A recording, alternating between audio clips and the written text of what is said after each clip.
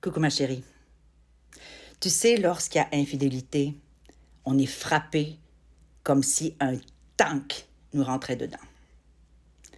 Mais tout le processus de guérison, c'est pas seulement la tristesse, c'est pas tellement l'idée d'avoir été rejeté ou abandonné. C'est pas simplement l'idée d'avoir été écarté, minimisé, peut-être même dénigré, humilié. Dans une infidélité s'ajoute à ça les deuils à faire. Et il y a beaucoup de deuils à faire. D'abord, le deuil du couple que vous étiez avant les infidélités. Le deuil de la personne que tu étais toi avant les infidélités. Il y a aussi le deuil de tous les projets, toutes les intentions, toutes les attentions, tous les rêves, toutes les idées que tu te projetais dans le futur. Il faut que tu en fasses un deuil. Pour faire le deuil de l'espoir que tu portais dans ce couple formidable qui te menait au pays magique, il n'existe plus. Il faut faire le deuil de toutes les projections que tu faisais du projet qui était cet homme pour toi. Parce qu'il n'est pas le projet que tu pensais qu'il serait. Il y a beaucoup d'attentes, beaucoup d'espoir, beaucoup de rêves finalement qui doivent être enterrés. C'est pas facile. Ce n'est pas facile.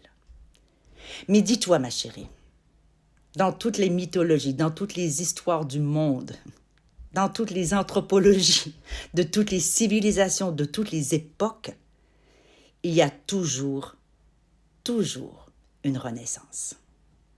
Et lorsqu'on regarde les civilisations, on se rend compte que les villes, les peuples se sont construits sur le dos d'un autre. Les villes se sont construites sur les ruines d'une ville abandonnée, détruite, dissémée. Ta relation, c'est comme ça, ma chérie. C'est le cataclysme, c'est le tsunami, c'est la destruction totale de ce qui était.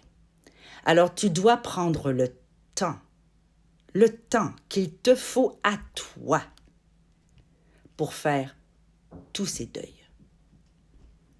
Est-ce que tu vas vivre longtemps avec ton mec jusqu'à la fin de tes jours? J'en sais rien.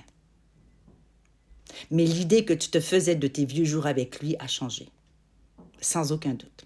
Maintenant, tu dois rétablir un modus operandi, un moyen de construire quelque chose de différent. Je le répète, toutes les civilisations ont été bâties sur une ruine.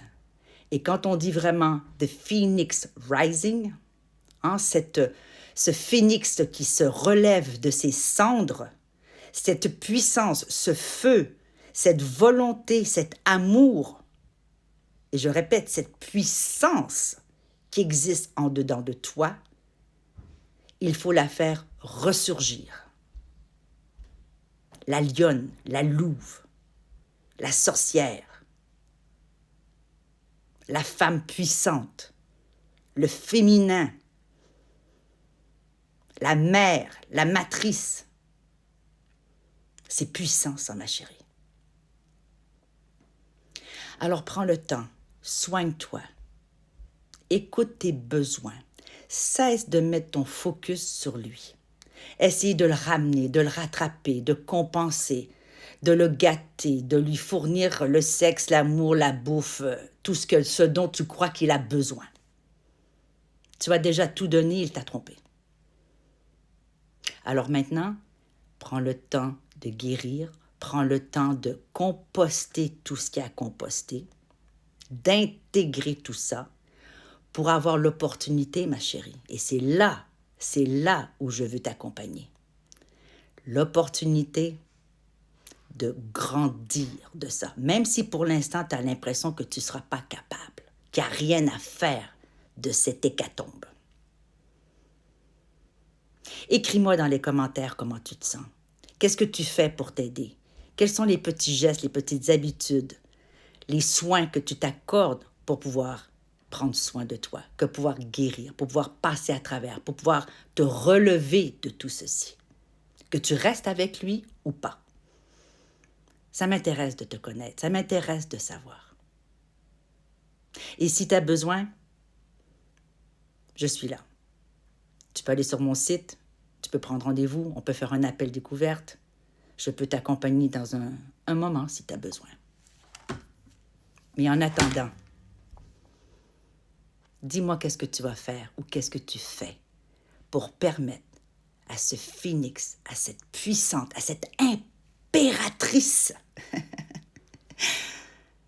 de reprendre son trône, de reprendre sa dignité, de reprendre sa force, de reprendre ce humph-là qui fait de toi la femme merveilleuse que tu es. Partage avec nous. Ça va aider tes consoeurs, ça va aider tes amis, ça va aider tout le monde.